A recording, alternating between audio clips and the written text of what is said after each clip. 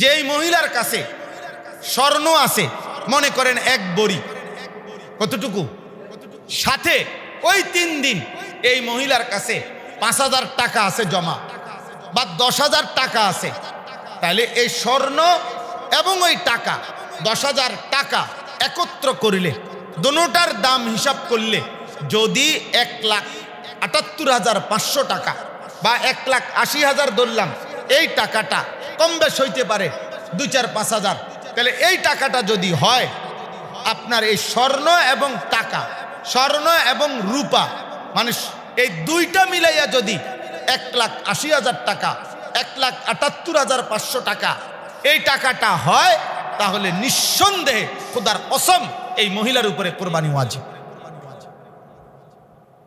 এখন বলেন আমাদের সমাজে কি পরিমাণ মহিলাদের উপরে, ঘরের স্ত্রীদের উপরে কোরবানি ওয়াজিব হয়ে আছে, কই আদায় হচ্ছে এটা? তাহলে কোরবানি না হয়, গরুও না জবাই হয়, বাইতে না গোস্তের ব্যবস্থা হয়, কিন্তু যতজনের উপরে কোরবানি ওয়াজিব হয়েছিল প্রত্যেকের হিসাব আসছে না। এই বিবিকে যে আপনি বছরের পর বছর গুনাহগার বানায় রাখলেন, এই মহিলা এই সংসারের জন্য এত কিছু করলো, 4টা ফুট মানুষ করলো সন্তান আদি, বিনিময়ে আপনি তারে আখেরাত মনে করাবেন না? আপনি তারকে আখেরাত মনে করাবেন না? তা এই জন্য এক বড়ি স্বর্ণ আর 10,000 টাকা একত্র করলে 1,80,000 টাকা হবে না? কথা বলে না? এক বড়ি স্বর্ণের দাম তো 2 লাখ টাকার উপরে, 2.5 লাখ টাকার উপরে। হ্যাঁ, যদি কোনো মহিলার কাছে শুধু স্বর্ণ আছে, মানে একটা শুধু স্বর্ণ, আর 1 তোলা রূপাও নাই, আর 5,000 টাকা 10,000 টাকাও নাই, শুধু স্বর্ণ, তাইলে হইল 7.5 বড়ি। বুঝছেন নি কথাটা? কিন্তু দুইটা থাকলে একসাথে, স্বর্ণ আছে রূপা আছে, স্বর্ণ আছে টাকা আছে, তাহলে দুইটা মিলাইয়া 52.5 বড়ি রূপার দাম সমপরিমাণ যদি মূল্য হয়, ওই মহিলার উপরেও কোরবানি হচ্ছে। তাইলে এরকম অসংখ্য পুরুষের উপরে কোরবানি ওয়াজিব, নারীর উপরে কোরবানি ওয়াজিব। বর্তমান সময়ে সমস্ত মহিলার কাছে টাকাও আছে, স্বর্ণও আছে। আগে ছিল না, আজ থেকে 30 বছর আগে মহিলাদেরকে পুরুষরা কোনো রকমে তেমন কোনো টাকা পয়সা দিত না, হয়তো 200-400 টাকা থাকলেও থাকতে পারতো, কিন্তু এখন মহিলাদের কাছে অজস্র টাকা থাকে, অজস্র টাকা মহিলাদের কাছে কি থাকে। তাইলে স্বর্ণ এবং টাকার কারণে মহিলাদের উপরেও কোরবানি ওয়াজিব, পুরুষদের উপরে, ছেলেটার উপরে কোরবানি ওয়াজিব। আমি এজন্য দেরি করছি না, আপনাদের কাছে এটাই বুঝাইতে চাইলাম। আল্লাহর নবী সাল্লাল্লাহু আলাইহি ওয়াসাল্লাম একদিকে যেমন বললেন অনেক বড় নেকি, অনেক বড় সওয়াব, পিছনের গুনাহ মাফ, আল্লাহর নিকটে পৌঁছে যায়, রক্ত মাটিতে পৌঁছবার আগেই মিজানের পাল্লায় আমলের মধ্যে ওজন হিসাবে কোরবানি দেওয়া হবে। আল্লাহর নিকট সবচেয়ে প্রিয় আমল কোরবানির দিন পশু জবাই করা। এই সব কিছুর সাথে সাথে নবীজি এই কথাটাও বলেছেন, যে ব্যক্তি কোরবানির সামর্থ্য ছিল কিন্তু কোরবানি আদায় করলো না, আল্লাহর কসম নবী বলেন ফালা ইয়াকরাবান্না মুসাল্লানা, ওই নাফরমানকে বইল সে যেন মুসলমানের ঈদগাহে না আসে। আফসোসের বিষয় হলো আমরা কোরবানি হয় আমাদের বাংলাদেশে, আমাদের দেশে কোরবানি করেও ব্যাপক মানুষ, কিন্তু সত্যিকার কথা হলো, বাস্তব কথা হলো, যতজন মুসলমানের উপরে কোরবানি ওয়াজিব হয়, পুরুষ কিংবা নারী, ইচ্ছা করে না বুঝার ভান করে অসংখ্য মুসলমান বুঝেও না বুঝার ভান করে কিংবা ইচ্ছা করে বুঝতে চেষ্টা না করে কোরবানি করেন। যেমন আমি একটা উদাহরণ দেখাই, আমাদের দেশে, আপনাদের গ্রামে, মফস্বলে মানুষের মধ্যে এই প্রচলনটা বেশি। কি মনে করেন, বাপ মা জীবিত, একসাথে সংসার এখনো ভিন্ন হয় নাই, 3 ফুট বা 4 ফুট সংসার একসাথে খায়, বাপও আছে মাও আছে। এই জাতীয় ফ্যামিলি অধিকাংশ একটা কমন একটা আচরণ করে, কি যে ছেলেটা বিদেশ, ও 30,000 টাকা পাঠাইছে, আপনার 50,000 টাকা পাঠাইছে, তো টাকা পাঠানোর পরে এই বাড়িতে বাপমার নামে 2 শরিক কোরবানি দিছে, দিয়া এখন সবাই মিল্লা গোশত খাইতেছে। এই যে কোরবানি হয়েছে, আমগো ঘরে কি হয়েছে? কোরবানি হয়েছে। এক সুরত। দুই সুরত, দ্বিতীয় সুরত হইল তিনটা ছেলে, তিনজনই রোজগার করে। ধরেন একজন বিদেশ, একজন ঢাকা চাকরি করে, একজন গ্রামে দোকানদারি করে বা কিছু একটা করে। দাও দাও, যে যা পারে দাও। তো ওই বিদেশের হেপাটায় দিছে 25,000, ওই ঢাকা শহরের ওপরায় দিছে 15,000, আর ওই গ্রামে যে বেটা যে ছেলে ওই দিছে টাকা 10,000, আব্বাই নিজের থেকে মিলাইয়া দিছে আরো 10-12,000, এমনি এমনি মিলাইয়া হয়েছে 60,000। এইবার এই 60,000 টাকা দিয়া দুই শরিক মনে করেন কি দিছে, বাপমার নামে কোরবানি দিছে। ঘরের মধ্যে কোরবানির ব্যবস্থা হয়েছে, গোস্তর ব্যবস্থা হয়েছে, আমরা ঘরে কোরবানি দিতেছে।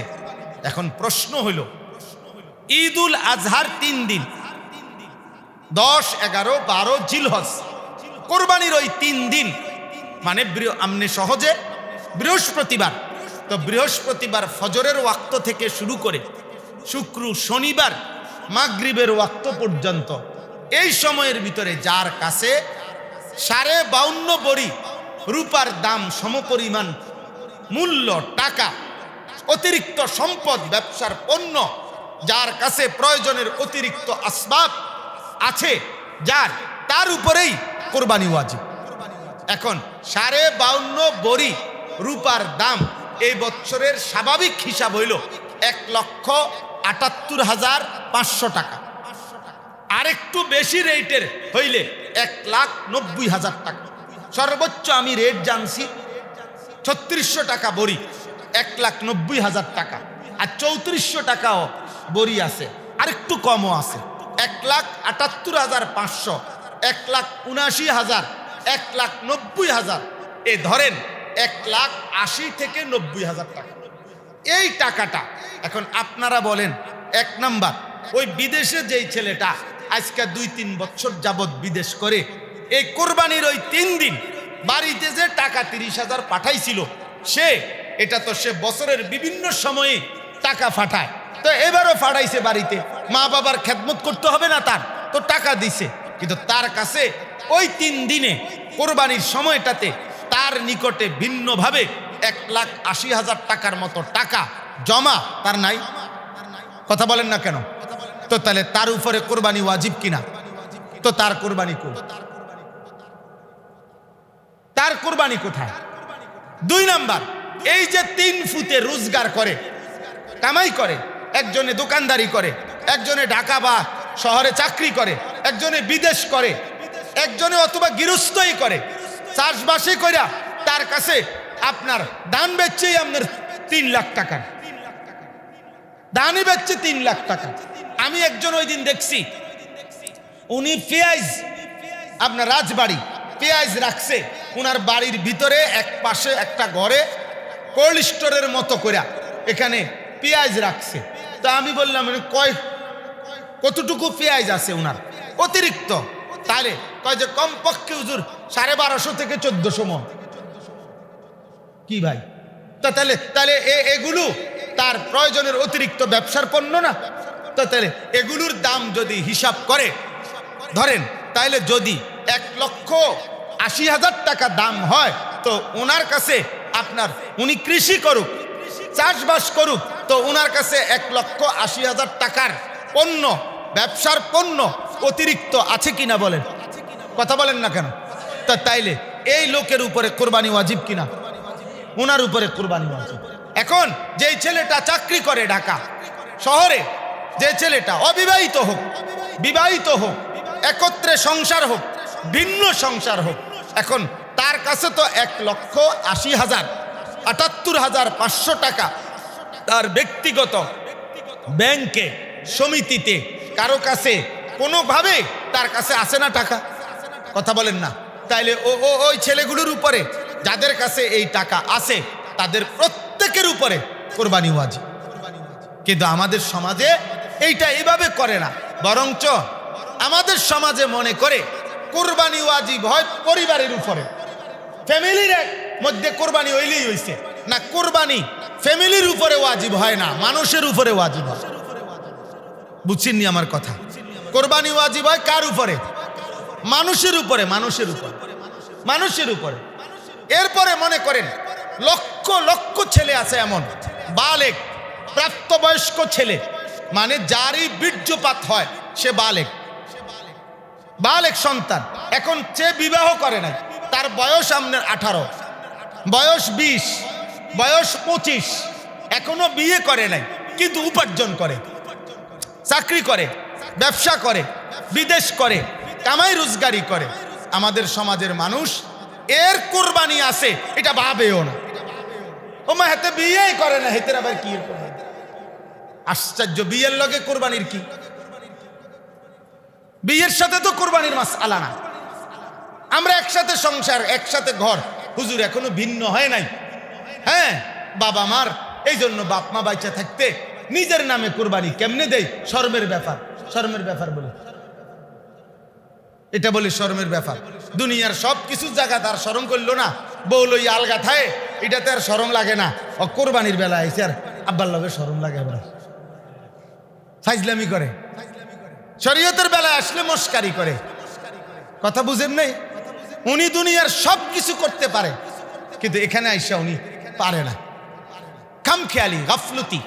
তাইলে মনে রাখবেন, এমন প্রত্যেকের উপরে যাদেরই উপার্জন আছে, যার কাছেই কোরবানির 3 দিন, আপনার ছেলেটা মনে করেন ছেলেটার বয়স 18 বছর, ছেলেটা কোনো চাকরিও করে না, কিচ্ছুই করে না মনে করেন, কিন্তু তার কাছে কোনো কারণে জমানোর টাকা, তার নিজেরই জমানো টাকা, এই 2 লাখ টাকা আছে ছেলেটার, সাবালক আকেল মুসলমান ছেলে, তাইলে তার উপরেও কোরবানি আছে।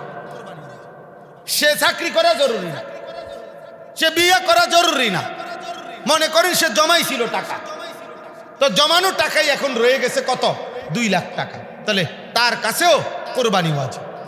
তাহলে এইভাবে হিসাব করে যার কাছে সামর্থ্য টাকা আছে, সম্পদ আছে, এটা বুঝে, শরীয়তের মাসআলা বুঝে কোরবানি করা আমাদের প্রত্যেকের উচিত। আরেকটা উদাহরণ বলি মহিলাদের বিষয়ে। যেই মহিলার কাছে স্বর্ণ আছে, মনে করেন 1 বড়ি, কতটুকু? সাথে ওই 3 দিন এই মহিলার কাছে 5,000 টাকা আছে জমা, বা 10,000 টাকা আছে, তাহলে এই স্বর্ণ এবং ওই টাকা 10,000 টাকা একত্র করিলে, দুটোটার দাম হিসাব করলে যদি 1,78,500 টাকা বা 1,80,000 ধরলাম, এই টাকাটা কম বেশ হইতে পারে 2-4-5,000, তাহলে এই টাকাটা যদি হয় আপনার এই স্বর্ণ এবং টাকা, স্বর্ণ এবং রূপা, মানে এই দুইটা মিলাইয়া যদি 1,80,000 টাকা, 1,78,500 টাকা এই টাকাটা হয়, তাহলে নিঃসন্দেহে খোদার কসম এই মহিলার উপরে কোরবানি ওয়াজিব। এখন বলেন আমাদের সমাজে কি পরিমাণ মহিলাদের উপরে, ঘরের স্ত্রীদের উপরে কোরবানি ওয়াজিব হয়ে আছে, কই আদায় হচ্ছে এটা? তাহলে কোরবানি না হয়, গরুও না জবাই হয়, বাইতে না গোস্তের ব্যবস্থা হয়, কিন্তু যতজনের উপরে কোরবানি ওয়াজিব হয়েছিল প্রত্যেকের হিসাব আসছে না।